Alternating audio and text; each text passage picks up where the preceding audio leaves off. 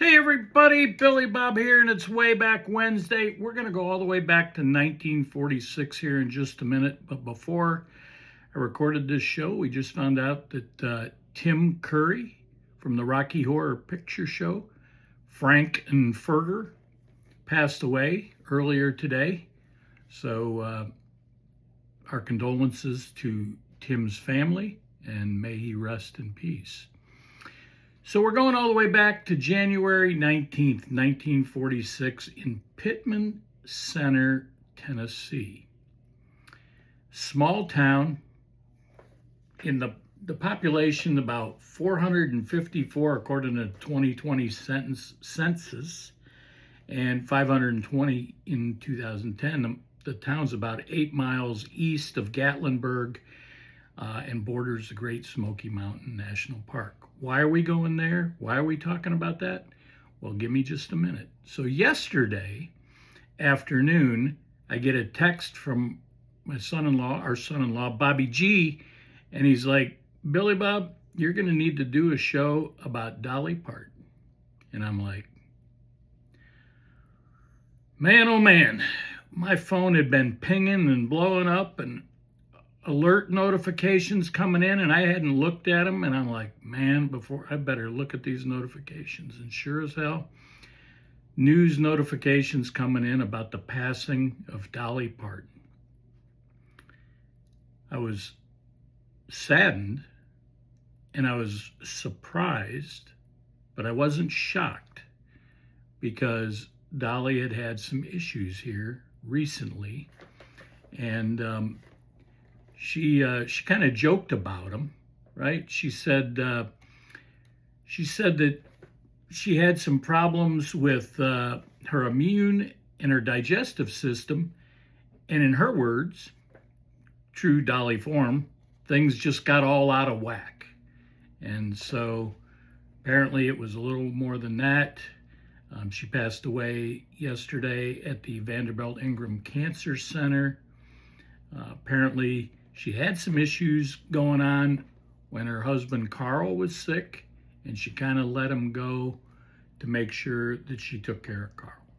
So that's right, we're talking about Dolly Parton. And, I was going to keep this short and sweet, just like Dolly, but I started making notes, and we're probably going to go a little longer than just short and sweet, but what the hell? I mean, we talk about a lot of things. I mean, I know that in the last day and a half that you've probably been bombarded with stories and TV and Instagram and Facebook and all these different things about Dolly. And I get it. But I thought that I would do my own remembering of Dolly. I never saw Dolly in concert. I never met Dolly. But Dolly was one of those people that when she was going to be on TV or she was going to talk, you listened. Why? Not because it was maybe something about world news or anything like that, but it was Dolly. And Dolly always had something poignant and usually upbeat and funny to say, as well as her philanthropy.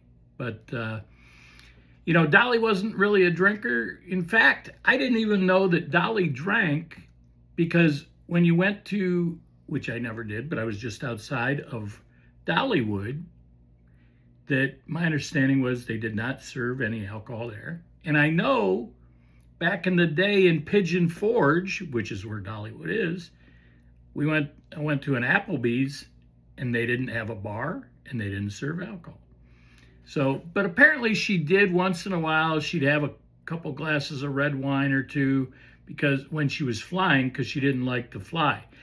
But the reason she wasn't a drinker is because there were people on both sides of her family that had issues with alcoholism, right? So, and as far as drugs, she didn't smoke. She didn't use recreational drugs at all. But she did, in true, and I'll say this more than once, in true Dolly form, she joked about she didn't need to smoke around Willie Nelson, because getting on his bus, she automatically got high from the fumes. That's Dolly, right? So, Dolly's most famous song. I don't think you could argue that her most famous song would be a song from 1974, I Will Always Love You. And that was written by Dolly for her breakup from Porter Wagoner, from the Porter Wagoner show, which she came on, and she and Porter, they kind of had a thing going, not a relationship thing, but a show thing, duets, songs, fought like cats and dogs apparently because they were both passionate about what they were doing. But so she left the Porter Wagoner show in 1974 to pursue a solo career, and that's when she wrote this song, I Will Always Love You. And she wrote it for and about Porter Wagoner. Unfortunately, and ironically, Porter felt betrayed by her leaving, and he filed a multi-million-dollar breach of contract suit. Now, they spent 2 years in a legal battle. They figured it out, finally settled it out of court. They didn't talk for quite a while. And I don't think that was necessarily because of Dolly. I think Porter was just kind of mad. But as time went on, both of them apparently realized that time was too short. They reconnected. They put a lot of their animosity, or I don't think Dolly had the animosity. I think Porter put the animosity aside, and he even appeared on Dolly's show when Dolly had a variety show. But they then remained close, and Dolly went and visited him in the hospital when Porter was sick, and he passed away in 2007 from lung cancer, and Dolly was there. So, it just proves that because you have fallouts doesn't mean you can't get back together. And so you really need to, it's a good lesson in life, right? To try and put those things aside and find a way to reconnect. And I think you'll find a way that things will be okay, right?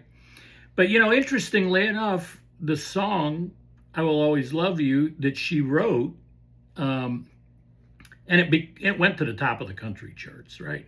But around that same time, Elvis, as in the King, Elvis Presley, indicated that he would like to record that song, and Dolly was interested in that.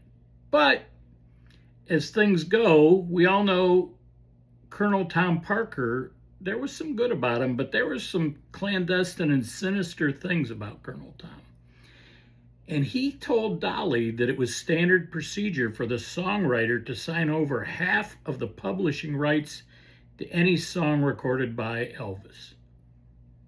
Dolly, being a pretty smart businesswoman, even at that young age, said, "No way, pass," which ended up being a great decision because it earned her many millions of dollars in royalties from the song. So kind of bounced around here on a few different things. Like I said, Dolly's philanthropy, I don't know that it was really well known because she didn't go out and brag that she was donating to this and that. But one thing that was pretty well known, because it was more in the public eye, was the Imagination Library that she started in different states throughout the country. And but in February 2018, she donated her 100 millionth, not 1 millionth, not 100th, her 100 millionth free book. And it was a copy of Dolly's children's book, The Coat of Many Colors.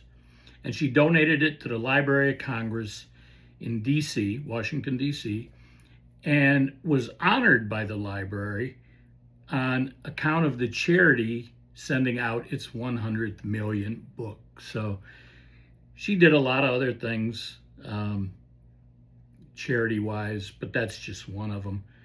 Movies, she did a number of them. She did a lot of TV shows too. She did Doc with Billy Ray Cyrus and her goddaughter Hannah Montana. Movies 9 to 5 with Jane Fonda and Lily Tomlin, The Best Little Whorehouse in Texas. Interestingly enough, they were talking about this movie, The Best Little Whorehouse in Texas, on a sports show today, and they said the best little, we can't say that word, house in Texas. I didn't know whore was a word that you couldn't say on the radio or TV. But, I mean, they say it all the time.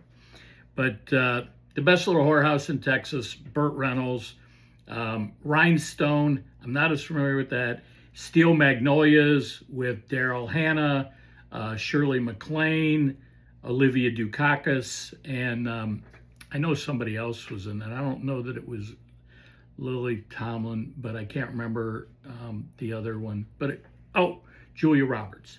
So that was a pretty good movie. I didn't see it all. I'm not sure I saw most of it, of any of it, but I understand it was a great movie. So, Dolly actually had an offer, several offers, by the way, to pose nude in Playboy magazine. She never did it, but she did appear on the cover in October 1978. That's a long time ago, folks, 1978. She was wearing a Playboy bunny outfit, including the ears, but she never went nude. She never went into that. So there's some business ventures, and I thought I put a lot of stuff in here. There are some other things. Business ventures, Dollywood, of course, in Sevierville, Pigeon Forge area. Dolly Parton's Stampede. That was around the country. I know there was one in the Orlando area. And most recently, two things. The Songteller Hotel, which it will be opening soon in Nashville, and it will have a Dolly's Life of Many Colors museum, the largest museum of any kind representing or honoring Dolly Parton. And then she had to get herself in there with the truck stop business, the Tennessean Travel Stop. She opened that in June of 2026 in Cornersville, Tennessee. And she joked she had to poke fun at Buc-ee's. She said, "I'm sure some of you want to know why I wanted a truck stop." She goes, "Well, I couldn't leave it to Beavers." So talking about Buc-ee's and Big Beaver. Music. I mean, we could go on forever and ever and ever. We just talked about I Will Always Love You. We could talk about 9 to 5. We could talk about, Coat of Many Colors, Jolene, and So It Goes. Islands in the Stream, by the way, I'm wearing a Kid Rock shirt. This isn't true pink like Dolly would wear, but it's kind of that salmon pink. But Kid Rock last night sang Islands in the Stream at his concert to honor Dolly. I saw there was a Pitbull concert where Pitbull sang 9 to 5. I'm sure there were many tributes in concerts to Dolly last night. I mean, Dolly just transcended. She didn't talk politics. She avoided it, matter of fact. And I put a video on the Backyard Barbecue page with Dolly talking, guy interviewing her, pressing her on politics. And she's just, I just don't talk about it. And that's okay, right? So, but songs. She wrote, this is crazy. She wrote over 3,000 songs. She recorded 956 unique titles. And her first song that she ever wrote, Little Tiny Tassel Top. Now, I can say that I am not familiar with that song. But she wrote it as a 6-year-old, and she wrote it about a corncob doll that her mother made. Little Tiny Tassel Top. I will have to go back and look at that and read that. And so, as we close out talking about Dolly, we're 14 minutes in my short and sweet remembering Dolly, but there's some quotes by Dolly that are just pure Dolly. And here's a few of them. On authenticity. Find out who you are and do it on purpose, and to pave another road if you dislike the current one. On resilience, she emphasizes enduring challenges. The rain is necessary for the rainbow, and storms make the trees take deeper roots. Now, we can go a little more humorous here. One thing, these are some of the famous ones, maybe you've heard them, but she said, it costs a lot of money to look this cheap. And then she also said she was a blend of Mother Goose, Cinderella, and a local hooker. Dolly always could have self-deprecating humor. A quote that I posted today was that I'm not offended by all the dumb blonde jokes because I know I'm not dumb, and I also know I'm not blonde. So that wig was just that, a wig. By the way, when she and Carl, her husband, would travel and they would go camping, Dolly would take it all off, apparently. Her wig, and she put on a baseball cap, and she'd kind of get dressed in regular clothes, and most people wouldn't recognize her, and they just went camping and had fun. But on happiness and attitude, she said, I don't like to give advice, I like to give information, because everyone's life is different and everybody's journey is different. And that's true. I mean, I say it, we say it all the time, Acoustic Larry and I. We're not telling you what to think or how to think. We're just telling you to think. Here's some information. But that's Dolly. She said it years ago. She just liked to give people information. And lastly, this is my favorite Dolly Parton quote. If I see something sagging, bagging, and dragging, I'm going to get it nipped, tucked, and sucked. And on that note, let us remember the life and times of Dolly Parton. America, land of the free because of the brave. Stay focused, America. Billy Bob, peace out.